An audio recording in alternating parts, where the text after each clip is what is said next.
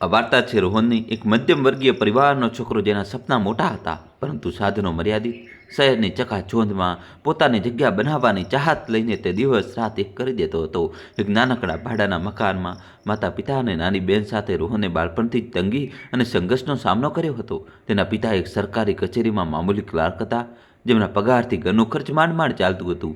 માતા એક સીધી સાદી ગૃહિણી જે પોતાના પરિવારને જોડી રાખવા માટે દરેક સંભવ કોશિશ કરતી હતી, અને બહેન પ્રિયા જે હજુ કોલેજમાં હતી અને પોતાના મોટા ભાઈને પોતાનો આદર્શ માનતી હતી. રોહનનું સૌથી મોટું સપનું હતું પોતાના પરિવારને એક બહેતર જિંદગી આપવી, એક પોતાનું ઘર બનાવવું અને પોતાની માતાની આંખોમાં ખુશી જોવી. આ સપનાને પૂરા કરવા માટે તેને એન્જિનિયરિંગનો અભ્યાસ પૂરો કર્યો અને એક સારી મલ્ટીનેશનલ કંપનીમાં નોકરી પણ મેળવી લીધી.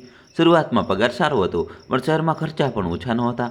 તેમ છતાં રોહન પોતાની કમાણીનો એક મોટો હિસ્સો ઘરે મોકલતો હતો અને બાકીનામાંથી પોતાની જરૂરિયાતો મર્યાદિત રાખીને કંઈક બચાવવાની કોશિશ કરતો હતો. ધીરે ધીરે ઘરની સ્થિતિ સુધરવા લાગી. ભાડાના નાનકડા ઘરથી થોડી મોટી જગ્યામાં શિફ્ટ થયા. પ્રિયાની કોલેજની ફીની ચિંતા ઓછી થઈ અને માતા પિતાના ચહેરા પર પણ હળવી મુસ્કાન પાછી આવવા લાગી. બધું બરાબર ચાલી રહ્યું હતું ત્યારે જ એક દિવસ માતાએ રોહન સાથે લગ્નની વાત છેડી. બેટા, હવે તારી ઉંમર થઈ ગઈ છે, ક્યાં સુધી આમ જ એકલો રહીશ? હવે લગ્ન કરી લે. ઘરમાં બહુ આવશે તો રોનક વધશે અને તને પણ કોઈ સંભાળનાર મળી જશે.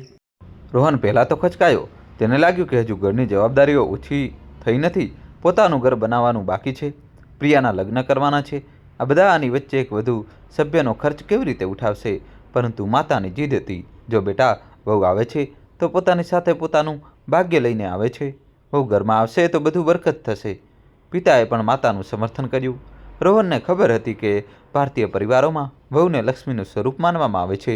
તેણે પણ આ વાત બાળપણથી સાંભળી હતી, પરંતુ તેના મનમાં એક ચિંતા હતી. શું તે પોતાની પત્નીને તે સુખ આપી શકશે જેની તે હકદાર હશે?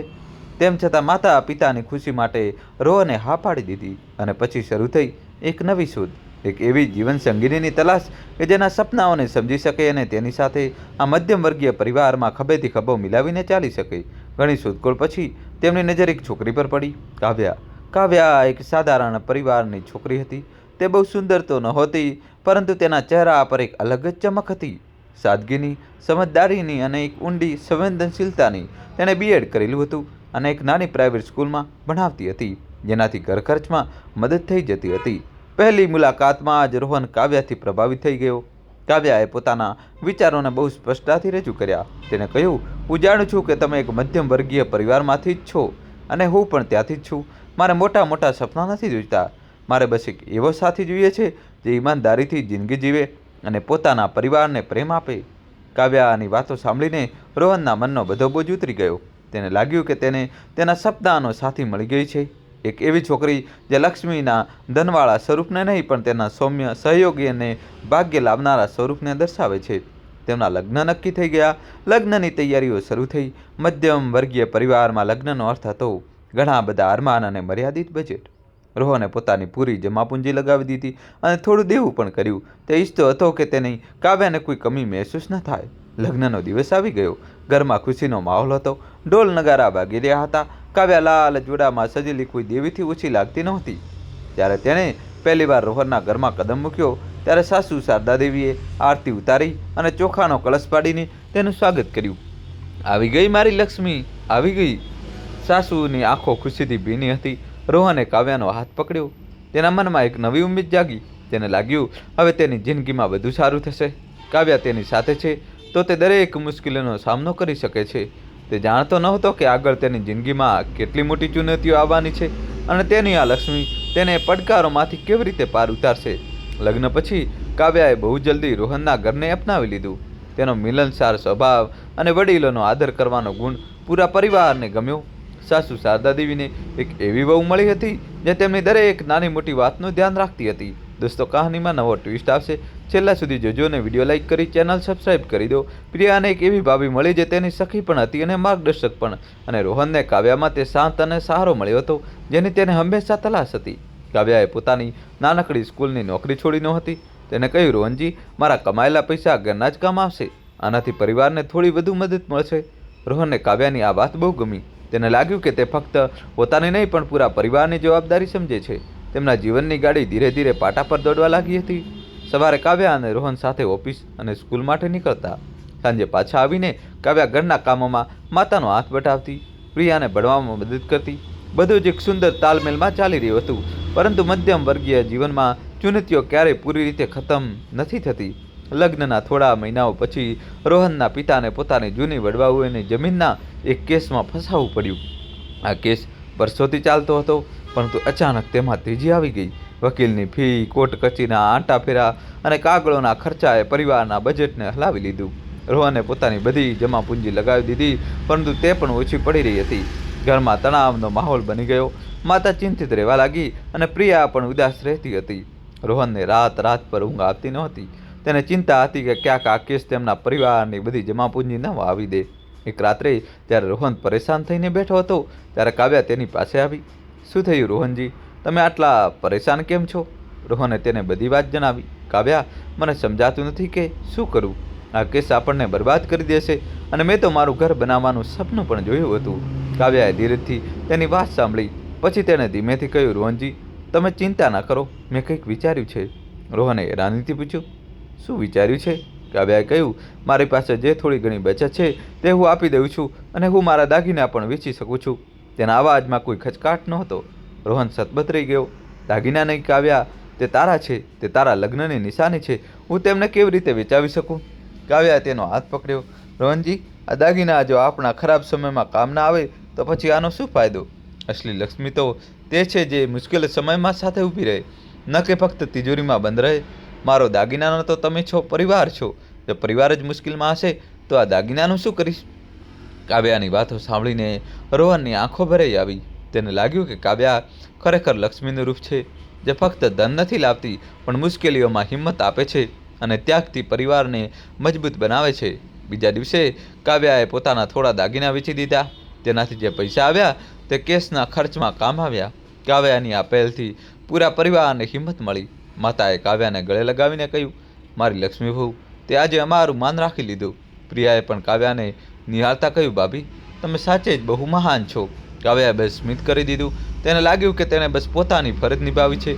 કેસ વર્ષો સુધી ચાલતો રહ્યો, પરંતુ કાવ્યાના સમર્થન અને તેના ત્યાગને રોહને હિંમત આપી. તેને પોતાની નોકરીમાં વધુ મહેનત કરી, જેથી પરિવારની આર્થિક સ્થિતિ સંભાળી શકાય. આ દરમિયાન રોહન અને કાવ્યાનો સંબંધ વધુ ગાઢ થતો ગયો. રોહને જોયું કે કાવ્યા ફક્ત એક પત્ની નહીં, પણ તેની સૌથી સારી મિત્ર પણ હતી. તે દરેક મુશ્કેલીમાં તેની સાથે ઊભી રહેતી હતી, તેને સાંત્વના આપતી હતી અને તેને આગળ વધવાની પ્રેરણા આપતી હતી. એક દિવસ રોહને કાવ્યાને કહ્યું, કાવ્યા, પિતાજી સાચું કહેતા હતા, પત્ની સાચે જ લક્ષ્મી સમાન હોય છે. તું મારા જીવનમાં આવી તો દરેક મુશ્કેલીનો સામનો કરવો સરળ થઈ ગયો. કાવ્યા મુસ્કુરાઈ. લક્ષ્મી ફક્ત ધન નથી હોતી રોહનજી, લક્ષ્મી તો તે શક્તિ છે જે પરિવારને જોડી રાખે છે, મુશ્કેલીઓમાં ધીરજ આપે છે અને ખુશીઓને બમણી કરે છે. રોહને કાવ્યાનો હાથ મજબૂતીથી પકડી લીધો. તે જાણતો હતો કે તેની જિંદગીમાં ભલે ગમે તેટલા પડકારો આવી જાય, જ્યાં સુધી કાવ્યા તેની સાથે છે તે ક્યારેય હાર નહીં માને.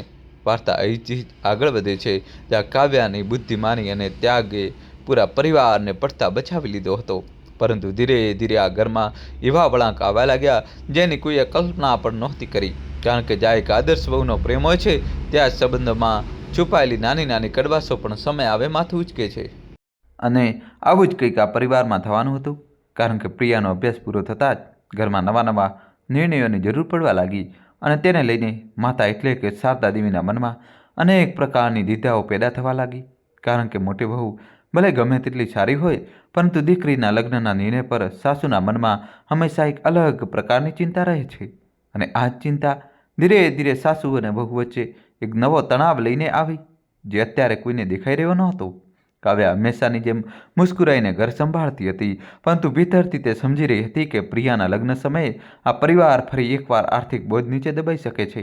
જ્યારે કેસનો ખર્ચ હજુ પણ ચાલી રહ્યો હતો અને તેમના માથે દેવું પણ હતું, પરંતુ કાવ્યા ઈચ્છતી હતી કે પ્રિયાના લગ્ન તે જ માન સન્માનથી થાય જેમ એક મા પોતાના બાળકો માટે ઈચ્છતી હોય છે. અને આ જ બાબતને લઈને કાવ્યાએ રોહનને સમજાવ્યું કે તે કોઈ રીતે થોડો સમય કાઢી લે, જેથી બંને મળીને પ્રિયા માટે યોગ્ય છોકરો શોધી શકે. દોસ્તો, કહાની છેલ્લા સુધી જોજો અને ચેનલ સબસ્ક્રાઈબ કરી દો. પરંતુ શારદા દેવીએ સારું ન લાગ્યું કે વહુ દરેક વાતમાં સલાહ આપવા લાગી છે. તેમને લાગ્યું કે વહુ ભલે ગમે તેટલી ત્યાગી હોય, પરંતુ દીકરીના મામલામાં નિર્ણય ઘરની સ્ત્રીઓ લેતી હોય છે, વહુઓ નહીં. અને આ જ નાનો અમથો ભાવ ભવિષ્યમાં મોટું સ્વરૂપ લેવાનો હતો. તે સમયે કોઈને તેની ભનક પણ નહોતી. આ બાજુ પ્રિયાની ઉંમર વધી રહી હતી અને પડોશી સંબંધીઓની વાતો માતાના કાન સુધી પહોંચી રહી હતી. અરે શારદાજી, હવે તો છોકરીના લગ્ન કરી જ દો, નહીં તો પછી સારા માંગા સંબંધો નથી મળતા. અને આ વાક્ય સાંભળતા સાંભળતા શારદા દેવીનું મન બેચેન રહેતું હતું. પરંતુ તેઓ ચાહીને પણ રોહન પર બોજ નાખી શકતા નહોતા, કારણ કે તેઓ સારી રીતે જાણતા હતા કે દીકરીના નોકરી, મકાનનું ભાડું, પ્રિયાની ફી, પિતાના કેસનો ખર્ચ અને ઘરના રોજિંદા ખર્ચા, આ બધું મળીને રોહન પહેલાં જ થાકી ચૂક્યો છે. અને ઉપરથી તેની કાવ્યા વહુ પોતાની કમાણીથી એટલું સંભાળી લે છે કે ઘર જેમ તેમ ચાલે છે. પરંતુ તેમને એ વાત ખૂંદતી હતી કે વહુના પૈસા ઘરમાં લાગે. આ વાત તેમને કોઈ રીતે પસંદ નહોતી પડતી, કારણ કે તેઓ જૂના વિચારોવાળા હતા, જ્યાં વહુ ભલે ગમે તેટલું કમાતી હોય પણ તેના પૈસાનો ઉપયોગ તેમને બરાબરી જેવો લાગતો હતો. જ્યારે કાવ્યાની દાનત બહુ સાફ હતી. તે પૈસા ઘરમાં એટલા માટે નાખતી હતી જેથી પરિવાર સંભળાયેલો રહે. પરંતુ સાસુના મનમાં આ વાત ધીરે ધીરે એક ઈર્ષાનું બીજ બની ગઈ અને તેઓ વિચારવા લાગ્યા કે હવે ઘરમાં નિર્ણય કાવ્યા લેશે, અમને પૂછવામાં પણ નહીં આવે, અમારું મહત્ત્વ ખતમ થઈ જશે. અને આ જ વિચારે તેમના મનને અંદરથી કઠોર બનાવવાનું શરૂ કરી દીધું. એક સાંજ જ્યારે બધા લોકો જમી રહ્યા હતા ત્યારે અચાનક શારદા દેવીએ કહ્યું, પ્રિયા માટે માંગવું આવ્યું છે, સારા ઘરનો છે, તેઓ આવતા અઠવાડિયે છોકરી જોવા આવશે. આ સાંભળીને રોહન ખુશ થયો. પિતા હસ્યા. કાવ્યાએ પણ તરત જ કહ્યું, ખૂબ સરસ, હું પ્રિયાને સરળ રીતે તૈયાર કરી દઈશ. અને આ વાત શારદા દેવીને ખૂંચી ગઈ, કારણ કે તેમને લાગ્યું કે બહુ એવી રીતે કહી રહી છે જાણે આ બધો મામલો તેના જ હાથમાં હોય. તેમણે તરત જ વચ્ચે કહ્યું, વહુ, છોકરીને તૈયાર કરાવવાની જરૂર નથી, હું પોતે કરી લઈશ, તારે આટલા બધા કામો છે, તું રહેવા દે. તેમના અવાજમાં હળવી કડવાશ હતી જે પહેલાં ક્યારેય કોઈએ અનુભવી નહોતી. પરંતુ કાવ્યા તરત જ સમજી ગઈ કે સાસુને કંઈક ખટકી રહ્યું છે. તેથી તેણે હસીને કહ્યું, ઠીક છે માજી, જેવી તમારી ઈચ્છા. રોહને વાત સમજીને માહોલ બદલવાનો પ્રયત્ન કર્યો, પરંતુ માતાનો ચહેરો બતાવી રહ્યો હતો કે તેમના મનમાં કંઈક જમા થયેલું છે. રીતસર જોવા જવાનો દિવસ આવ્યો. પ્રિયા સુંદર સલવાર સૂટમાં સજ્જ હતી. કાવ્યાએ દૂરથી જ તેની નજર ઉતારી, પરંતુ તેણે આગળ વધીને સાસુની સામે કંઈ ન કર્યું જેથી તેમને ખરાબ ન લાગે. છોકરાવાળાઓને પ્રિયા પસંદ આવી અને સંબંધ લગભગ નક્કી થઈ ગયો. બસ એક જ વાત બાકી હતી, દહેજ. જોકે છોકરાવાળાઓએ સીધી રીતે કંઈ ન કહ્યું, પણ ઈશારામાં એટલું જરૂર જણાવ્યું કે પ્રિયાની નવી જિંદગી સેટ કરવા માટે થોડી મદદની જરૂર પડશે. અને આ વાત શારદા દેવીના દિલ પર ભારે પથ્થરની જેમ પડી, કારણ કે ઘરની હાલત એવી નહોતી કે તેઓ મોટી રકમ એકઠી કરી શકે. અને રોહન પણ જાણતો હતો કે આ શક્ય નથી. કાવ્યાએ સૌની ચિંતિત આંખો જોઈ અને તે જ રાત્રે રોહન પાસે આવીને બોલી, રોહનજી, હું વિચારી રહી છું કે મારી પાસે હજુ પણ થોડા ઘરેણાં બચ્યા છે, તે વેચીને આપણે પ્રિયાના લગ્ન સારી રીતે કરી શકીએ છીએ. રોહને તરત જ ના પાડી, ના કાવ્યા, એકવાર તારા ઘરેણાં વેચાઈ ગયા, હવે ફરીથી? પરંતુ કાવ્યાએ કહ્યું, રોહનજી, બહેનના લગ્ન માત્ર એક જ વાર થાય છે, અને જો ઘરની લક્ષ્મી વહુ બનીને હું બહેનની મદદ ન કરી શકું તો મારું હોવું વ્યર્થ છે. તેની વાતમાં પ્રેમ, ત્યાગ અને પરિવાર માટે નિષ્ઠા હતી. પરંતુ આ વખતે આ માતા સુધી પહોંચી ગઈ અને અહીં જ વાર્તાએ નવો વળાંક લીધો. ત્યારે શારદા દેવીને ખબર પડી કે કાવ્યા ફરીથી પોતાના ઘરેણાં વેચવાનું મન બનાવી રહી છે. ત્યારે તેઓ અંદર ને અંદર તિલમલાઈ ઉઠ્યા. તેમને લાગ્યું કે વહુ વારંવાર પૈસા લગાવીને ઘરમાં હીરો બની રહી છે અને કાલે લોકો કહેશે કે આ ઘર વહુ ચલાવી રહી છે, માતાનું કોઈ મહત્ત્વ નથી. અને તેમના મનમાં એવું પણ આવ્યું કે જો વહીના પૈસાથી પ્રિયાના લગ્ન થશે તો સમાજમાં લોકો કહેશે કે માતાએ કંઈ નથી કર્યું. આ વિચાર આવતા જ તેમનો ચહેરો ગુસ્સાથી લાલ થઈ ગયો. તે જ રાત્રે જ્યારે રોહન ઓફિસમાં હતો અને કાવ્યા રસોડામાં હતી, શારદા દેવીએ પહેલીવાર પોતાની નારાજગી બહાર કાઢી. તેમણે કાવ્યાને કહ્યું, વહુ, એક વાત ધ્યાન રાખજે, દીકરીના લગ્ન માતા પિતાની જવાબદારી હોય છે, વહુની નહીં. અમારે દયા બતાવવાની કોઈ જરૂર નથી. કાવ્યા સતબત થઈ ગઈ. તેને પહેલીવાર સાસુના શબ્દોમાં કડવાશ સંભળાઈ. તેને ખૂબ જ સન્માનથી કહ્યું, માજી, દયા નહીં, આ મારો ફરજ છે, આપણો પરિવાર છે. પરંતુ શારદા દેવીને આ વાત અહંકાર લાગવા માંડી. તેમણે કહ્યું, બહુ થયું ત્યાગ ત્યાગ, તું જેટલું વધારે કરે છે તેટલું જ મને લાગે છે તું અમને નીચા દેખાડી રહી છે. વહુ લક્ષ્મી હોય છે, સાચું છે, પણ લક્ષ્મી ઘરમાં શાંતિ લાવે છે, પોતાની ચાલ નથી ચલાવતી. આ સાંભળીને કાવ્યાના દિલમાં એક ઠેસ લાગી. આ તે દિવસ હતો જ્યારે પહેલી વાર આ ઘરમાં વહુ સાસુ વચ્ચે અંતર વધવાનું શરૂ થયું. કોઈ ઝઘડા વગર, કોઈ દેખાડા વગર, માત્ર એક ગેરસમજ અને એક માતાના મનમાં પોતાની દીકરી માટે જન્મેલા ડર અને અસુરક્ષાને કારણે. પરંતુ કોઈને ખબર નહોતી કે આ અંતરથી આગળ જતા કેટલા સંબંધોની પરીક્ષા થવાની છે. તે રાત પછી ઘરનો માહોલ બદલાઈ ગયો હતો. જોકે કોઈએ કંઈ કહ્યું ન હતું, પણ કાવ્યએ અનુભવ્યું કે શારદા દેવી હવે તેની સાથે પહેલાં જેવી સહજતાથી વાત નહોતા કરી રહ્યા. એક હળવી ખચકાટ અને એક અણ કહી નારાજગી દરેક વાતમાં દેખાવા લાગી હતી અને આ બદલાતું વર્તન કાવ્યાના દિલને ભીતર સુધી વીંધી રહ્યું હતું, કારણ કે તેણે ક્યારેય એવી કલ્પના પણ નહોતી કરી કે તેનો ત્યાગ એક દિવસ તેની વિરુદ્ધ હથિયાર બની જશે. પરંતુ કાવ્યા ચૂપ રહી. તેને વિચાર્યું, કદાચ માજી તણાવમાં છે, દીકરીના લગ્નનું દબાણ છે, પૈસાની ચિંતા છે, તેથી તે દરેક વાતને મનમાં દબાવીને હસીને કામ કરતી રહી, જેથી ઘરનું વાતાવરણ ખરાબ ન થાય. પરંતુ મનમાં એક બોજ હતો જે તે કોઈને કહી શકતી નહોતી. આ બાજુ પ્રિયા પણ લગ્નની વાતથી ગભરાયેલી હતી, કારણ કે તેને છોકરો પસંદ હતો, પરંતુ તે જાણતી હતી કે ઘરની સ્થિતિ સારી નથી અને તે નહોતી ઈચ્છતી કે તેના કારણે ઘર પર દેવું વધે. આ દરમિયાન તેણે ભાભી સાથે વાત કરી. ભાભી, મારી વતી તમે તમારા ઘરેણાં ન વેચો. હું નથી ઈચ્છતી કે લગ્નના ચક્કરમાં તમારી મહેનતની વસ્તુઓ વેચાય. કાવ્યાએ તેના માથા પર હાથ મૂકતા કહ્યું, પ્રિયા, ઘરમાં બહેન જેવી જ હોય છે વહુ પણ. ત્યારે હું આ ઘરમાં આવું છું તો આ ઘર મારું છે અને તારી ખુશીઓ મારી ખુશીઓ છે. લગ્નમાં ઘરેણાં, કપડાં બધું ફરી આવી જાય છે, પણ પરિવાર જો તૂટી જાય તો કોઈ વસ્તુ તેને જોડી શકતી નથી. પ્રિયાની આંખો ભીની થઈ ગઈ, પરંતુ સાસુને આ વાત વધારે ખૂંચી ગઈ કે વહુ ઘરમાં દર્શનની નાયિકા બનતી જાય છે. થોડા દિવસો પછી રોહનને ઓફિસમાં પ્રમોશન મળ્યું.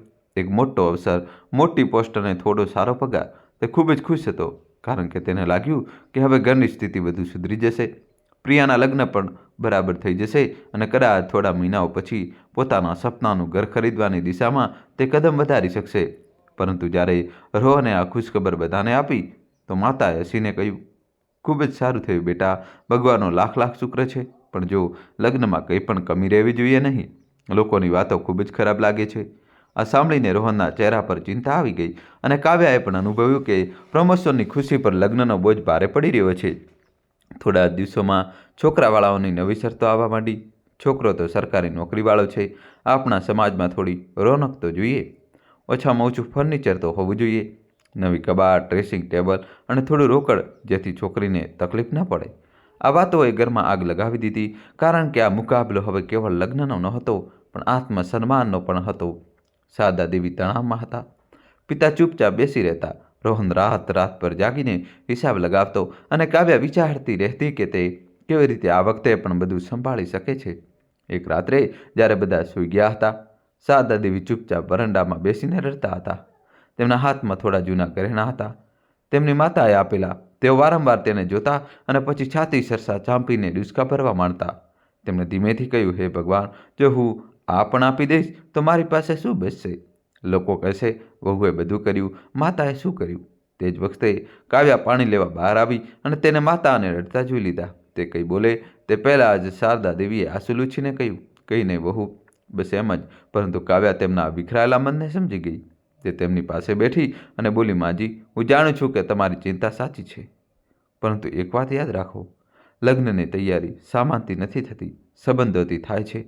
તમારા ઘરેણાની વાત છે તો જો તમે નહીં ઈચ્છો તો તે ક્યારેય નહીં થાય. હું તમને મજબૂર નહીં કરું. શારદા દેવીનો ગુસ્સો અને દુઃખ એકસાથે ફૂટી પડ્યા. તે શું સમજશે વહુ? દીકરીના લગ્નનો બોજ શું હોય છે એ તો માતા જ જાણે છે. તું તો બસ ત્યાગ દેખાડીને સૌનું દિલ જીતવા માંગે છે. આ વાક્ય સાંભળીને કાવ્યાનું દિલ જાણે થંભી ગયું. ત્યાગ, દિલ જીતવું, દેખાવો, શું ખરેખર સાસુને એવું લાગતું હતું? પરંતુ કાવ્યાએ પોતાને સંભાળી. તે બોલી, માજી, જો તમને લાગે છે કે મારા કારણે તમારું માન ઓછું થશે તો હું વચન આપું છું, આ લગ્નમાં હું કોઈ પણ ભૂમિકા નહીં ભજવું. ફક્ત તે જ કરીશ જે તમે કહેશો, જે કામમાં તમે ઈચ્છશો, બસ ત્યાં જ મદદ કરીશ. પહેલીવાર સાસુ અને વહુ વચ્ચે સ્પષ્ટ અંતર ઉભરી આવ્યું હતું. બીજા દિવસથી કાવ્યાએ પોતાનું વર્તન બદલી નાખ્યું. ના વધારે બોલવું, ના વધારે સલાહ આપવી, ના વધારે હસ્તક્ષેપ કરવો. તે બસ પોતાના હિસ્સાના કામ કરતી અને ચૂપ રહેતી. રોહને આ બધું અનુભવ્યું. તેને પૂછ્યું, કાવ્યા, તું આટલી ચૂપ કેમ છે? કાવ્યાએ હસીને કહ્યું, કંઈ નહીં, બસ થોડી થાકી જાઉં છું. પરંતુ તેની મુસ્કાનમાં તે ચમક નહોતી જે પહેલાં રહેતી હતી. બીજી તરફ શારદા દેવીને લાગ્યું કે વહુ આખરે પોતાની ઓકાત સમજી ગઈ છે અને આ વિચારીને તેમને થોડી શાંતિ મળી. પરંતુ આ શાંતિ આવનારા તોફાનને સંકેત માત્ર હતી, કારણ કે જ્યારે સંબંધોમાં બોલવાનું બંધ થઈ જાય છે ત્યારે ગેરસમજો બમણી ઝડપે જન્મ લેવા લાગે છે. આ દરમિયાન છોકરાવાળાઓની એક નવી માંગ પરિવાર પર વીજળી બનીને પડી. લગ્નમાં એસી તો હોવું જોઈએ. અમારી તરફ બધા સંબંધીઓ મોટા ઘરોમાંથી આવે છે, તેમને તકલીફ થઈ જશે. આ સાંભળીને પિતાનો અવાજ પહેલીવાર ધ્રુજી ગયો. અમે હવે વધુ નથી કરી શકતા, પણ છોકરાવાળાઓએ સાફ કહી દીધું છે, વિચારીને જણાવજો. એસી વગર અમારે એ વાત આગળ વધારવી મુશ્કેલ છે. દોસ્તો, કહાની છેલ્લા સુધી જોજો. હવે નવો ટ્વિસ્ટ આવશે. આ વાત ઘરમાં વિસ્ફોટની જેમ પડી. પ્રિયાનો ચહેરો ફીકો પડી ગયો. રોહન ગુસ્સાથી ભરાઈ ગયો અને કાવ્યાના દિલમાં પહેલીવાર ડર ઉતર્યો. શું આ સંબંધ તૂટી જશે? પરંતુ અસલી સંઘર્ષ હજુ શરૂ પણ થયો ન હતો. છોકરાવાળાઓની એસીની નવી માંગે આખા ઘરને જાણે પથ્થર બનાવી દીધું હતું. કારણ કે એક મધ્યમ વર્ગીય પરિવાર માટે એસી ખરીદવું એ ફક્ત એક સામાન ખરીદવો નહોતો, પરંતુ મહિનાઓ સુધી શ્વાસ રોકીને ચાલનારી ઈએમઆઈ, વીજળીનું બિલ અને ખર્ચાઓની પોટલી હતી, જેને ઉપાડવી કોઈના વશની વાત નહોતી. અને જ્યારે પ્રિયાએ રડતા રડતા કહ્યું, ભાભી, મારા કારણે તમે બધા આટલા પરેશાન થઈ રહ્યા છો, તો કાવ્યાનું દિલ ડૂબી ગયું. પણ તેને પોતાને સંભાળી અને બોલી, તારી કોઈ ભૂલ નથી પ્રિયા. ખોટા તો તે લોકો છે જેમને સંબંધ કરતાં વધારે સામાન જોઈએ છે. પરંતુ આ વાત એટલી સાફ સચ્ચાઈ સાથે કહેવામાં આવી હતી કે શારદા દેવીને તે તીરની જેમ ખૂંચી ગઈ. કારણ કે તેમને લાગતું હતું કે કાવ્યા દરેક વાતમાં સાફ સાફ બોલીને ઘરમાં પોતાની સમજદાર વહુવાળી ઇમેજ વધુ મજબૂત કરી રહી છે. જ્યારે તેઓ પોતે અંદરથી તૂટી રહ્યા હતા, ચિંતિત હતા અને અસુરક્ષિત હતા કે છોકરાવાળાઓની માંગ પૂરી નહીં કરી શકે તો લોકો તેમના પર આંગળી ચીજશે. બીજી તરફ રોહન ગુસ્સામાં ભરાઈ ગયો હતો. તેને કહ્યું, માં, હું આ સંબંધ આગળ નહીં વધારું. જે લોકો એસી માંગી રહ્યા છે તેઓ કાલે ફ્રીજ, કાર અને ખબર નહીં શું શું માંગશે. આ સાંભળીને શારદા દેવી જાણે ફાટી પડ્યા. રોહન, દીકરીના લગ્ન કોઈ રમત નથી હોતી. જો થોડું ઘણું માંગી રહ્યા છે તો શું થઈ ગયું? સમાજમાં રહેવા માટે કેટલીક વસ્તુઓ કરવી પડે છે, અને એમ પણ એસી કંઈ બહુ મોટી વસ્તુ છે? રોહને કહ્યું, માં, અમારા માટે હા, બહુ મોટી વસ્તુ છે. તમે જાણો છો કે હું પહેલાંથી જ દેવામાં છું. કેસનો ખર્ચ ચાલી રહ્યો છે, ઘરનું ભાડું, ખર્ચ, ક્યાંથી લાવવું પૈસા? શારદા દેવીનો અવાજ ભારે થઈ ગયો. તો શું ઈચ્છો છો કે સંબંધ તૂટી જાય? લોકો કહેશે દીકરી ઘરે બેસી રહી અને વહુના આવ્યા પછી ઘરની હાલત ખરાબ થઈ ગઈ. બધું તેની જ વજહ હતી. આ કહેતા તેમની નજર સીધી કાવ્યા પર ગઈ. કાવ્યાએ પહેલીવાર અનુભવ્યું કે હવે ફરિયાદો સીધી તેની તરફ આવવા માંડી છે. તે રાત્રે ઘરના દરેક રૂમમાં સન્નાટો હતો. પિતા બહાર છત પર બેસી આકાશ જોઈ રહ્યા હતા. પ્રિયા પોતાના રૂમમાં રડી રહી હતી. રોહન પોતાના માથા પર હાથ રાખીને બેઠો હતો અને કાવ્યા રસોડામાં બેસી ચૂપચાપ પાણીની બોટલ પકડીને વિચારી રહી હતી કે આખરે કેમ તેના ઘરમાં આવ્યા પછી ખુશીને બદલે તણાવ આવી ગયો છે. જ્યારે તેણે તો હંમેશા આ ઘરને પોતાનું માનીને ત્યાગ જ કર્યો છે. પરંતુ ક્યારેક ક્યારેક ત્યાગ પણ મનુષ્યને કઠિન પરિસ્થિતિઓમાં એકલો કરી દે છે. કારણ કે લોકો તેને આદત માની લે છે અને સમજે છે કે વહુ કંઈ પણ કરી લેશે. બીજી સવારે જેવી કાવ્યાએ ચા બનાવીને ટેબલ પર મૂકી, શારદા દેવીએ તેની તરફ જોયા વગર જ કહ્યું, રોહન, હું વિચારી રહી છું કે એસીની વ્યવસ્થા થઈ જાય. આખરે દીકરીના લગ્ન છે. રોહને ખીજાઈને કહ્યું, માં, પૈસા ઝાડ પર નથી ઉગતા. ત્યારે જ શારદા દેવીએ તે વાક્ય કહ્યું જેને કાવ્યાના દિલને તોડી નાખ્યું. જો વહુ ઈચ્છે તો તેની પાસે તો હજુ પણ થોડા ઘરેણાં બચ્યા છે. વેચી દે તો એસી આવી જશે. આ વાક્ય જાણે આખા રૂમમાં ગુંજી ઉઠ્યું. કાવ્યાની આંખો પોળી થઈ ગઈ.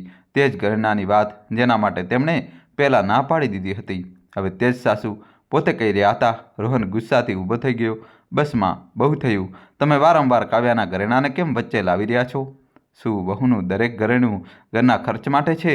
શું તે આ ઘરમાં બસ પોતાની વસ્તુઓ વેચવા માટે આવે છે? શારદા દેવી પણ ભડકી ગયા. તો શું કરું? મારી દીકરીના લગ્નમાં ભીખ માંગું? તમે લોકોને શું સમજાશે? બહુ પૈસા આપશે તો સમાજમાં શું ઇજ્જત રહી જશે? રોહને ગુસ્સામાં કહ્યું, ઇજ્જત વહુના ઘરેણાં વેચાવાથી નથી મળતી માં, પોતાના સ્ટેન્ડથી મળે છે. શારદા દેવી ચિલ્લાયા, તારી બહુએ મને નીચી દેખાડી છે. જ્યારથી આવી છે દરેક વાતમાં પોતાની રાય આપે છે. લોકો પણ કહેવા માંડ્યા છે કે આ ઘરમાં વહુના પૈસાથી બધું થાય છે. દીકરીના લગ્નમાં પણ જો વહુનો પૈસો લાગ્યો તો મારું શું માન રહી જશે? આ સાંભળીને કાવ્યાના પગ નીચેની જમીન સરકી ગઈ. શું સાચે જ સમાજ આવું કહેશે? શું તે અજાણતા પોતાની સાસુ માટે બોજ બની ગઈ છે? શું તેનો ત્યાગ સાસુની નજરમાં દેખાવો બની ગયો છે? તે ભીતરથી તૂટી ગઈ, પરંતુ છતાં તેને શાંત સ્વરમાં કહ્યું, માજી, જો તમે ઈચ્છો તો મારા ઘરેણાં લઈ લો, પરંતુ એક શરત પર. સૌની નજર તેની તરફ વળી ગઈ. શરત એ કે આ ઘરમાં કોઈ પણ એવું ન વિચારે કે મારા કારણે તમારી ઇજ્જત ઓછી થઈ છે. કારણ કે મારો દરેક ત્યાગ તમારા બધા માટે છે, કોઈ દેખાડા માટે નહીં. પરંતુ વાતને વળાંક આપનારી વસ્તુ આ નહોતી. પણ તે જે પ્રિયાએ કહ્યું તે અચાનક ઊભી થઈ ગઈ અને બોલી, ના ભાભી, તમારા ઘરેણાં નહીં વેચાય. જો મારા લગ્ન માટે એસીની જરૂર છે તો હું આવા લગ્ન નહીં કરું. જો છોકરાવાળા સમાજ જોઈને સંબંધ રાખતા હોય તો તેઓ મારા લાયક નથી. ભાભી, તમે કંઈ ન વેચો, હું આ ઘરને બોજ નહીં બનવા દઉં. તેની અવાજમાં હિંમત હતી, પરંતુ આ હિંમત સાસુના દિલને વધુ ખરોચી ગઈ. તેઓ બોલ્યા, જોયું, વહુએ દીકરીને પણ બગાડી દીધી. હવે તે આપણા નિર્ણયો માનવા તૈયાર નથી. આ પહેલીવાર હતું જ્યારે શારદા દેવીએ ખુલ્લેઆમ બહુનો વાંક કાઢ્યો. અને આ તે વળાંક હતો જ્યાંથી વાર્તાનો અસલી સાસુ વહુ સંઘર્ષ શરૂ થયો, પરંતુ અસલી તુફાન હજી બાકી હતું. કારણ કે બીજા જ દિવસે છોકરાવાળાઓનો ફોન આવ્યો અને તેમણે કહ્યું કે જો એસી નથી આપી શકતા તો અમે આ સંબંધ આગળ વધારી નથી શકતા. દોસ્તો, કહાની છેલ્લા સુધી જોજો અને વિડીયો લાઈક કરી ચેનલ સબસ્ક્રાઈબ કરી દો. હવે નવો ટ્વિસ્ટ આવશે. આ સાંભળતા જ ઘરમાં એક એવો નિર્ણય લેવામાં આવ્યો જેને આવનારા મહિનાઓનું આખું ભવિષ્ય બદલી નાખ્યું. એક એવો નિર્ણય જે આ ઘરને બે હિસ્સાઓમાં વેચી દેશે અને સાસુ એના સંબંધને એવી આગમાં નાખશે જેમાં બંને જ બળવું પડશે. છોકરાવાળાઓનો ફોન આવ્યા પછી ઘરમાં એવો ભારે વાતાવરણ છવાઈ ગયું જાણે કોઈએ દિવાલો પર સન્નાટાનું જાડુ પણ ચડાવી દીધું હોય. કારણ કે તેમણે સાફ શબ્દોમાં કહ્યું હતું કે એસી નહીં આપી શકો તો વાત નહીં જ પૂરી. અને આ જ વાક્ય માત્ર એક સંબંધ નહીં, પણ આ ઘરની ઇજ્જત, આશાઓ અને મહિનાઓની તૈયારી પર એક જોરદાર તમાચો હતો. પ્રિયાએ ફોન કાપતા જ પોતાના આંસુ રોકવાની કોશિશ કરી, પરંતુ તેની આંખો લાલ હતી, જાણે તે અંદર ને અંદર પોતાની જાતને દોષ દઈ રહી હોય. પિતા ચૂપચાપ શૂન્યમસ્ત થઈ ગયા. રોહન ગુસ્સામાં કાગળોને માથા પર પછાડતા બોલ્યો, માં, આવા લોકો સાથે સંબંધ હોવો જ નહોતો જોઈતો. અને કાવ્યા પ્રિયાની પાસે જઈને તેને સંભાળવાની કોશિશ કરી રહી હતી, પરંતુ શારદા દેવી આ ચૂપકીદીમાં પણ આગની જેમ ભભૂકી રહ્યા હતા. તેમનો ચહેરો ખેંચાયેલો હતો, આંખોમાં ગુસ્સો, દુઃખ, ડર અને સૌથી વધારે અહંકાર તૂટવાની પીડા.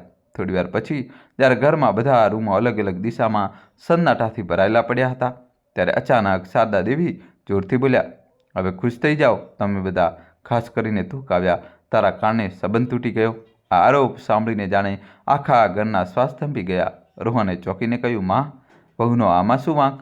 પરંતુ શારદા દેવી ગુસ્સામાં હતા. તેઓ બોલ્યા, વાંક છે, બહુ મોટો વાંક છે. જો આ વચ્ચે બોલી ન હોત, જો આણે મારા નિર્ણયો કાપ્યા ન હોત, જો આ પોતાની ચાલાકી સમજદારી બતાવતી ન હોત, જો આ ઘરમાં પોતાની રાય બનાવીને ન બેઠી હોત, તો આજે મારી દીકરીના લગ્ન નક્કી થઈ ગયા હોત. પણ નહીં, આને તો બધાની સામે હીરો બનવું હતું, ત્યાગની દેવી બનવું હતું, લોકોને બતાવવું હતું કે આ ઘર તેની કમાણી પર ચાલે છે. કાવ્યા તે ક્ષણે મૂર્તિની જેમ ઊભી રહી ગઈ. તેના કાનમાં જાણે પાણી ભરાઈ ગયું હતું. તેને યાદ આવ્યું કે કેટલી વાર તેણે વિચાર્યું હતું કે કદાચ તે વધારે બોલે છે, કદાચ તેની વાતો સાસુને ખૂંદતી હોય છે, પરંતુ તેણે ક્યારે એવી કલ્પના પણ નહોતી કરી કે એક દિવસ તેની દાનતને દેખાવો કહેવામાં આવશે. તે ધીમેથી બોલી, માજી, મેં ક્યારે તમારી? પણ વાત પૂરી થાય તે પહેલાં જ શારદા દેવી ચિલ્લાયા, તું ચૂપ રહે. જેટલી બોલીશ એટલી આ ઘરમાં આગ લાગશે. તું અને તારો ત્યાગ, તારા કારણે મારી દીકરીના લગ્ન તૂટી ગયા છે. રોહન માટે આ બધું સાંભળતા પોતાની જાત પર કાબૂ રાખવો મુશ્કેલ થઈ રહ્યો હતો. તેણે માને કહ્યું, માં, સંબંધ સામેવાળાની માગણીની પરંતુ ના કારણે તૂટ્યો છે, વહુના કારણે નહીં. તે લોકો લાલચુ હતા, પરંતુ શારદા દેવી હવે કોઈ તર્કની જરૂર નહોતી. તેમણે બસ કોઈના પર દોષ ઢોળવો હતો, જેથી તેમના અંદરના તૂટવાને કોઈ નામ મળી શકે. અને તે નામ તેમને વહુમાં દેખાઈ રહ્યું હતું, કારણ કે અંદરખાને તેઓ એ સ્વીકારી નહોતા શકતા કે પૂરી તૈયારી, સપના અને વિશ્વાસ છતાં તેમને દીકરીનો સંબંધ તૂટી ગયો. પ્રિયા આગળ વધી. તેને રડતા રડતા કહ્યું, માં, ભાભીની કોઈ ભૂલ નથી. હું પોતે આ સંબંધ નહોતી ઈચ્છતી. પરંતુ શારદા દેવીનો ગુસ્સો સતત કડવાશમાં બદલાઈ રહ્યો હતો અને તેમણે તડપતા કહ્યું, તું શું જાણે કે કઈ વાત ક્યારે સાચી હોય છે? વહુના આવ્યા પછી જ ઘરમાં કંઈ પણ બરાબર નથી ચાલી રહ્યું. કેસનો ખર્ચ, રોહન પર વધતો બોજ, હવે તારા લગ્નનું તૂટવું, આ બધું કોની નજર લાગી રહી છે? બધું સમજી રહી છું. હું આ નજર શબ્દ કાવ્યાના દિલમાં સીધો તીરની જેમ ખૂંપી ગયો. શું તેને હવે અપસુખની આળપણ માનવામાં આવવા લાગી હતી? પિતા પહેલી વાર બોલ્યા, બસ કરો શારદા, વહુ પર ગુસ્સો ઉતારીને શું મળશે? પરંતુ શારદા દેવીએ પિતાને પણ ન છોડ્યા. તમે તો હંમેશા વહુનો જ પક્ષ લેશો. તમને દીકરીના દુઃખનું દર્દ શું સમજાય? અને આ કહીને તેઓ જોર જોરથી રડવા લાગ્યા. માનું તૂટીને રડવું એવું દૃશ્ય હતું જેના અવાજે ઘરના દરેક સભ્યને અંદરથી ખોખલા કરી દીધા. પ્રિયા તેમને પકડીને સમજાવવા લાગી, પરંતુ સાસુનો ગુસ્સો હવે ફક્ત ગુસ્સો નહોતો, એક માનું તૂટેલું અભિમાન હતું જેને કોઈ સાતત્ય ના આપી શકે તેમ નહોતું. બીજી બાજુ કાવ્યા, જે અત્યાર સુધી ચૂપચાપ આ બધી વાતો સહન કરી રહી હતી, અચાનક પાછળ ફરીને રસોડામાં જતી રહી અને દિવાલોના સહારે ટેકો દઈને બેસી ગઈ. તેની આંખોમાંથી આંસુ વહી રહ્યા હતા, પરંતુ તેણે રડવાનો અવાજ બહાર ના આવવા દીધો. તેના શ્વાસ તેજ થઈ ગયા હતા અને છાતીમાં કોઈ ગોળ ગોળ ભાર ફરી રહ્યો હોય. તે પોતાની જાતને જ કહી રહી હતી, મેં આખરે શું ભૂલ કરી? મેં ક્યારેય કોઈનો નિર્ણય છીનવી લીધો? ક્યારે મેં મારી સાસુનું માન નીચું પાડ્યું? હું તો બસ પરિવારને સંભાળવા ઈચ્છતી હતી. તેના આંસુ ટીપે ટીપે પડી રહ્યા હતા, પરંતુ તેનો અવાજ શાંત હતો, કારણ કે તે જાણતી હતી જો તે અત્યારે રડવાનો અવાજ પણ કરશે તો કહી દેવામાં આવશે કે બહુ ડ્રામા કરી રહી છે. તેથી તે ફક્ત આંસુ વહાવી રહી હતી, અવાજ નહીં. દોસ્તો, કહાની છેલ્લા સુધી જોજો અને વિડીયો લાઈક કરી ચેનલ સબસ્ક્રાઈબ કરી દો. થોડીવાર પછી રોહન રસોડામાં આવ્યો અને કાવ્યાને જમીન પર બેઠેલી જોઈને તેનું દિલ તૂટી ગયું. તે પાસે બેઠો અને બોલ્યો, કાવ્યા, માં ગુસ્સામાં છે. તેઓ જાણે છે કે તારી કોઈ ભૂલ નથી. પરંતુ કાવ્યાએ ધીમેથી માથું હલાવ્યું. ના રોહનજી, આજે પહેલીવાર મને સમજાયું કે હું આ ઘરમાં કેટલી મોટી ગેરસમજ બનીને જીવી રહી છું. મારા દરેક કામને ખોટું સમજવામાં આવી રહ્યું છે. હું જેટલું ઘર માટે કરું છું એટલું જ માજીને લાગે છે કે હું તેમને નાના બતાવી રહી છું. તેનો અવાજ તૂટેલો હતો. રોહન પાસે કોઈ જવાબ નહોતો, કારણ કે માના શબ્દો ખૂબ કઠોર હતા અને વહુનું દિલ ખૂબ નાજુક. પેલી બાજુ બહારના રૂમમાં પ્રિયા ડુસકા ભરી રહી હતી અને કહી રહી હતી, ભાભીએ મારા માટે જેટલું કર્યું છે એટલું તો સગી બહેન પણ ન કરે. પરંતુ સાસુ શારદા દેવી હજુ પણ લાલ ગુમ થઈને બેઠા હતા, જાણે તેમની સોચમાં કાવ્યા કોઈ બહારની તાકાતની જેમ ઘરમાં ઘૂસી ગઈ હોય અને ઘરની કમાન પોતાના હાથમાં લઈ રહી હોય. ત્યારે સત્ય બિલકુલ ઉલટું હતું. તે રાત્રે ઘરમાં કોઈની સાથે બોલ્યું નહીં. રોહન અને કાવ્યાએ જમ્યું નહીં. પિતા ચૂપચાપ સૂઈ ગયા. પ્રિયા રડતા રડતા ઊંઘી ગઈ અને શારદા દેવી દિવાલને ટેકે બેસીને પોતાના આંસુ લૂછી રહ્યા હતા. પરંતુ તેમના મનમાં વહુ પ્રત્યે ઝેર ભરાઈ ચૂક્યું હતું. આ વાર્તા હવે એક એવા વળાંક પર વળી ચૂકી હતી જ્યાંથી પાછા ફરવું સહેલું નહીં હોય, કારણ કે આગલી સવારે એવો વળાંક આવવાનો હતો જ્યાં ઘરમાં વહુ અને સાસુ વચ્ચે પહેલી ખુલ્લી જંગનું કારણ બનશે. એક એવી ઘટના જેનાથી કાવ્યાને પહેલીવાર અહેસાસ થશે કે પરિવારમાં રહીને પણ પરિવાર જેવું આપજનપણું દરેક વ્યક્તિ પાસેથી નથી મળતું. આગલી સવારે ઘરનું વાતાવરણ એટલું ભારે હતું કે માનો હવા પણ ધીરે ધીરે શ્વાસ લઈ રહી હોય. સૂરજ ઉગી ગયો હતો, પરંતુ તેની રોશની ઘરની દિવાલો સુધી નહોતી પહોંચી રહી, કારણ કે દરેક દિવાલ પર રાતનું દર્દ ચોટેલું હતું. કાવ્યા વહેલી ઉઠી ગઈ હતી, આંખો સૂજી ગઈ હતી, પરંતુ તેણે પોતાની જાતને સંભાળીને રસોડામાં રોજનું કામ શરૂ કરી દીધું. ચા બનાવી, નાસ્તાની તૈયારી કરી, પરંતુ તેના હાથ ધ્રુજી રહ્યા હતા. તે વિચારી રહી હતી કે માજીનો સામનો કેવી રીતે કરશે, કારણ કે પહેલીવાર તેને પોતાના જ ઘરમાં અજાણી હોવાનો અહેસાસ થઈ રહ્યો હતો.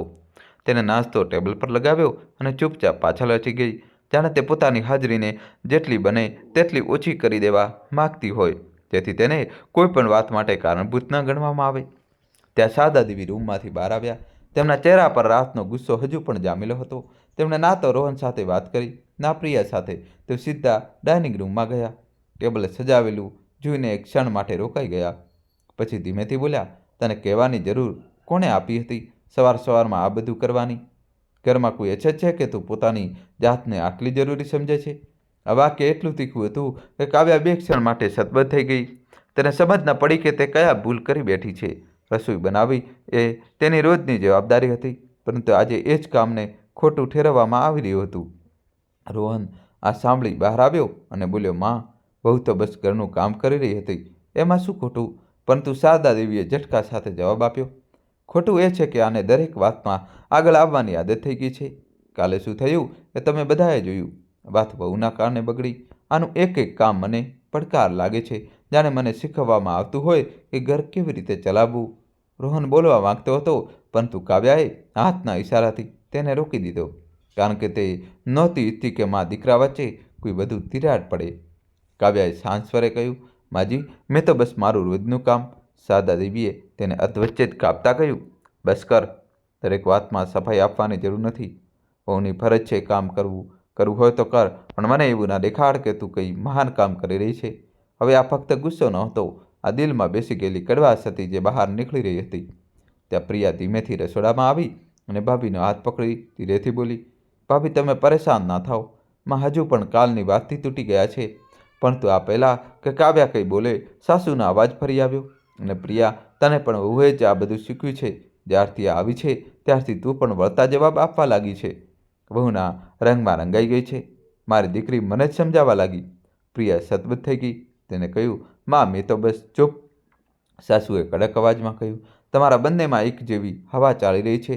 દીકરી અને વહુ એક તરફ અને હું એક તરફ. આ કાવ્યા ઘરને બે ભાગમાં વહેંચી દેવા જેવું હતું. કાવ્યાના દિલમાં આ સાંભળીને અજીબ પીડા થઈ. શું તે ખરેખર આ ઘરને વહેંચી રહી છે, કે આ બધું માત્ર ગેરસમજોની જાળ છે જેમાં તેને અજાણતા ફસાતી જઈ રહી છે? થોડીવાર પછી રોહન ઓફિસ નીકળી ગયો. પિતા છાપું વાંચવા લાગ્યા.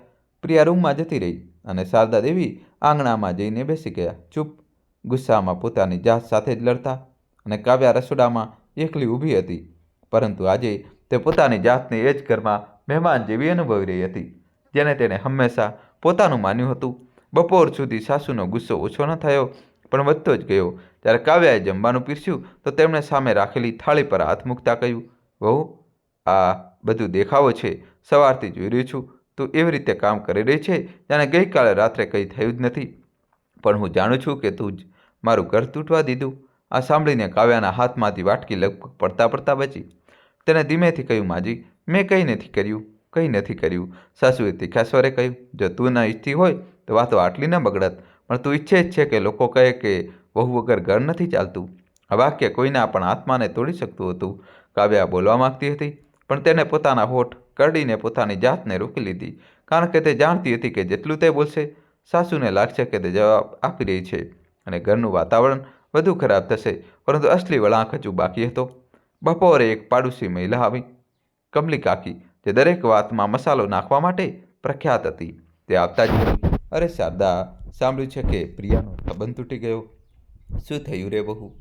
કોઈએ નજર તો નથી લગાવી? આ નજર શબ્દ ફરીથી એ જ જગ્યાએ તીરની જેમ લાગ્યો.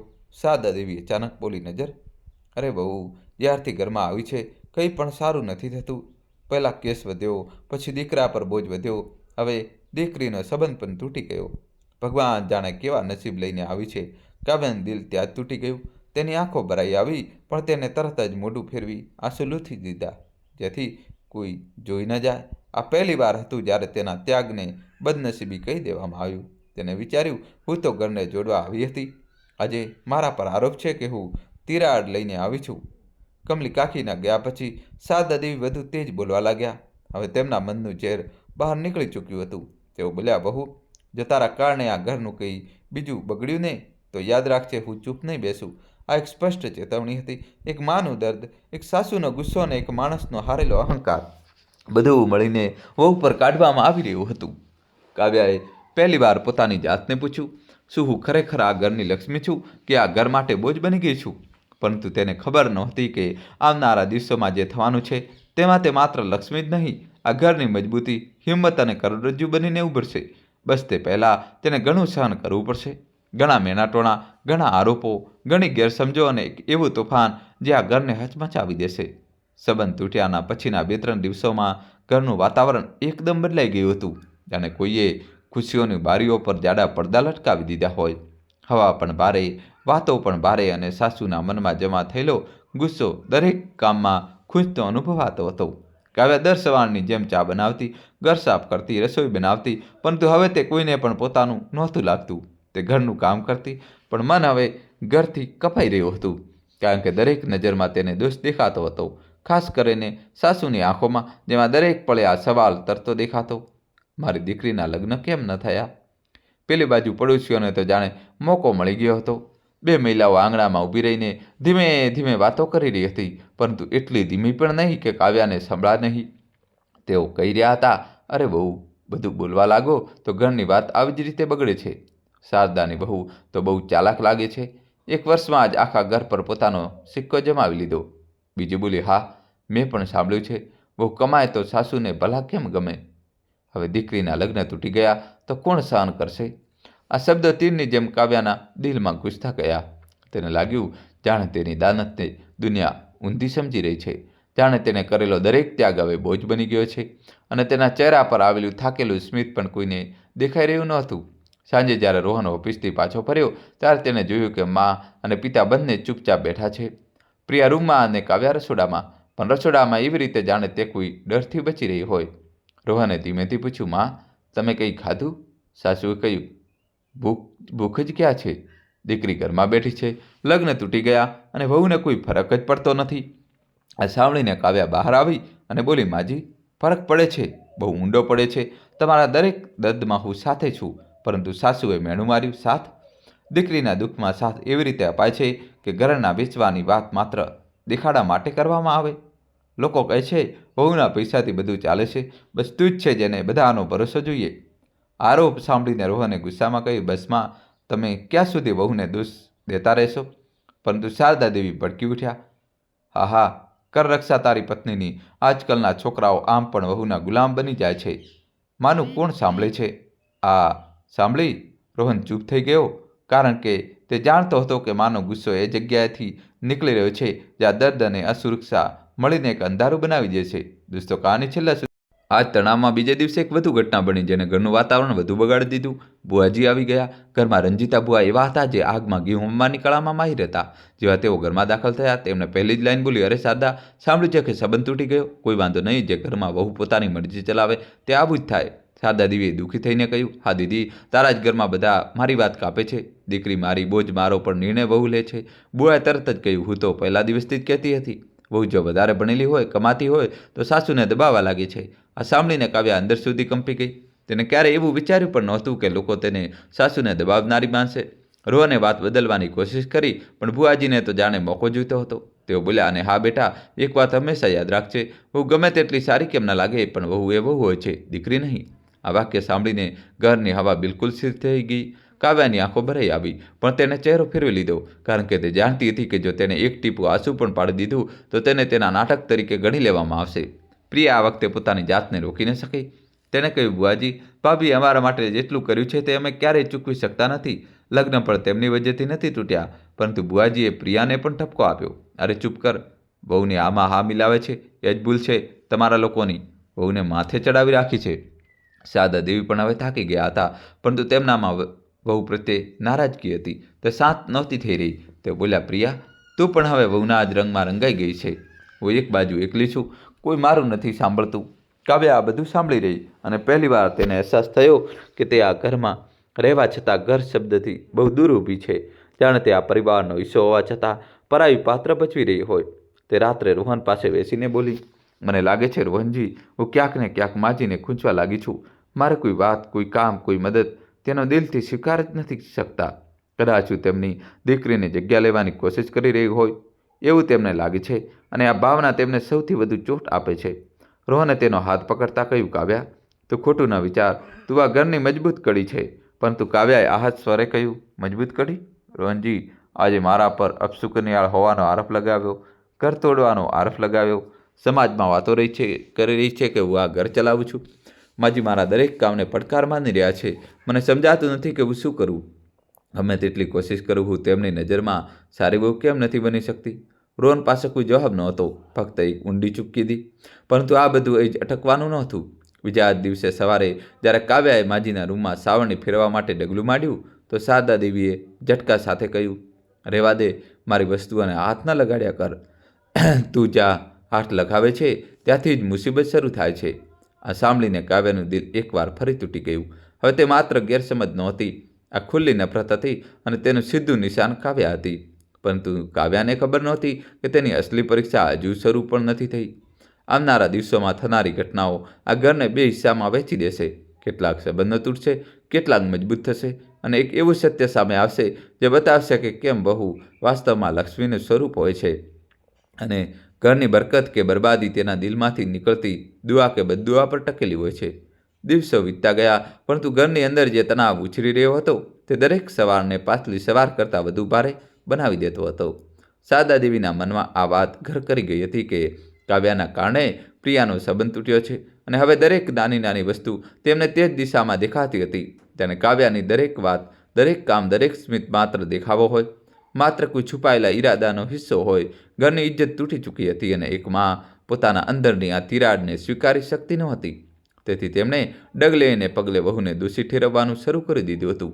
બીજી બાજુ કાવ્યા દરરોજ પોતાની જાતને અંદરથી નાની કરતી જતી હતી.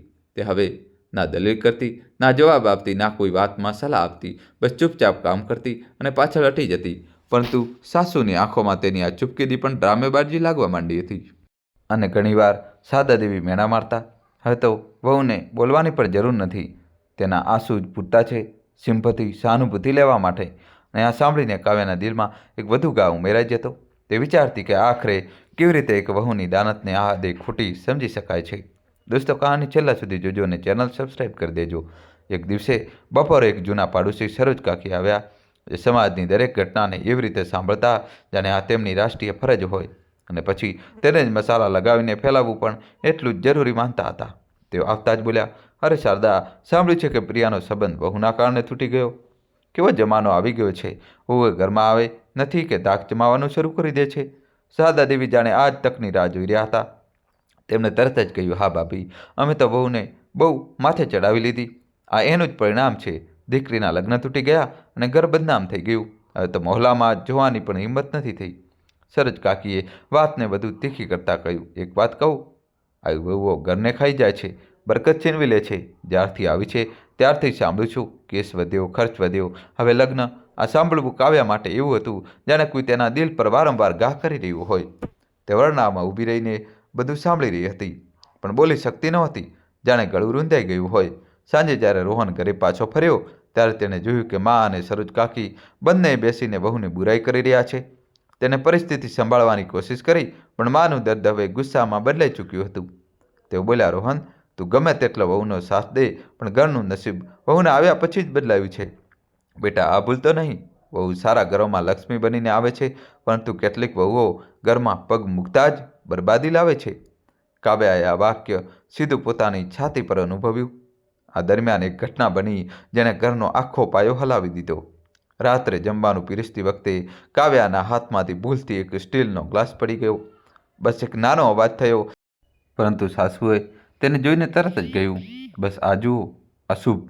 જ્યારથી આવી છે દરેક પળ કોઈને કોઈ વસ્તુ પડે છે, તૂટે છે, કોઈને કોઈ અનહોની થાય છે. ભગવાન જાણે કયા ગ્રહની છે. આ સાંભળીને કાવ્યાની આંખોમાં આંસુ આવી ગયા, પરંતુ તેને તરત જ નીચે જોયું અને ગ્લાસ ઉઠાવવા લાગી, જેથી તેનું દુઃખ કોઈને દેખાય નહીં. પરંતુ આ વખતે પ્રિયા પોતાની જાતને રોકી શકે નહીં. તે ઉઠીને બોલી, માં, આ ફક્ત એક ગ્લાસ પડ્યો છે. એમાં ભાભીની શું ભૂલ? તમે દરેક વાતમાં ભાભીને કેમ કસૂરવાર ઠેરવી રહ્યા છો? શારદા દેવી તરત જ ભડકી ગયા, કારણ કે એ જ કારણ છે જ્યારથી આવી છે ઘરમાં એક પણ ખુશી ટકી નથી.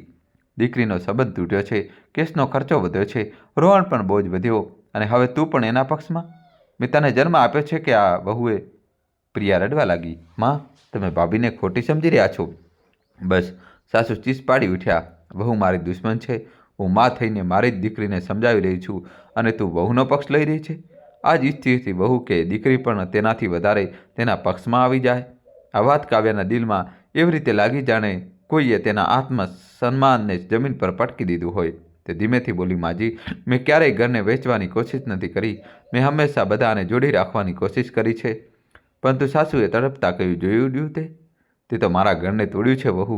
જો તારી અક્કલ ન ચાલી હોત, જો તું વચ્ચે ના બોલી હોત, તો જો તું પોતાની જાતને આટલી મોટી ન સમજતી હોત, તો પ્રિયાના લગ્ન આજે પાકા હોત. તું મારી દીકરીની દુશ્મન છે. સાંભળતા આજ કાવ્યાના હાથમાંથી પ્લેટ છૂટી ગઈ. રોહન તરત જ તેને પકડવા દોડ્યો, પણ કાવ્યાએ પોતાની હાથ આગળ ખેંચી લીધા. તેણે પહેલીવાર રોહન સામે રડતા રડતા કહ્યું, રોહનજી, મને લાગે છે કે હું આ ઘરમાં ફક્ત બીજાની ગેરસમજ બનીને રહી ગઈ છું. હું ગમે તેટલું જ સારું કરું, હું માજીની નજરમાં હંમેશા દોષી રહીશ. મને નથી ખબર કે કેવી રીતે, પણ હું આ ઘરની લક્ષ્મી નથી. આ ઘરની નિશાની બની ગઈ છું. ખોટા સમયની, ખોટી ઘટનાઓની, ખોટા નસીબની. રોહને તેને બાહુમાં લઈને કીધું, કાવ્યા, તું એવું ના કહે. તું આ ઘરને રોશની છે. પરંતુ કાવ્યાએ આછું લૂછતા કહ્યું, ના રોહનજી, રોશની એ જ હોય છે જેને લોકો સ્વીકારે. હું તો તેમના માટે અંધારું બની ચૂકી છું. આ એ રાત હતી જ્યારે પહેલીવાર કાવ્યાએ વિચાર્યું, શું હું સાચે જ આ ઘરમાં પોતાની જગ્યા ગુમાવી ચૂકી છું?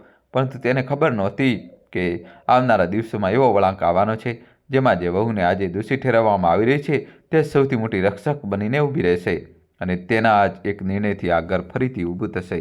આ વાર્તા એવા વળાંક પર પહોંચી ચૂકી હતી. આ ઘરમાં દરેક સંબંધ દોરાની જેમ ખેંચાયેલો હતો.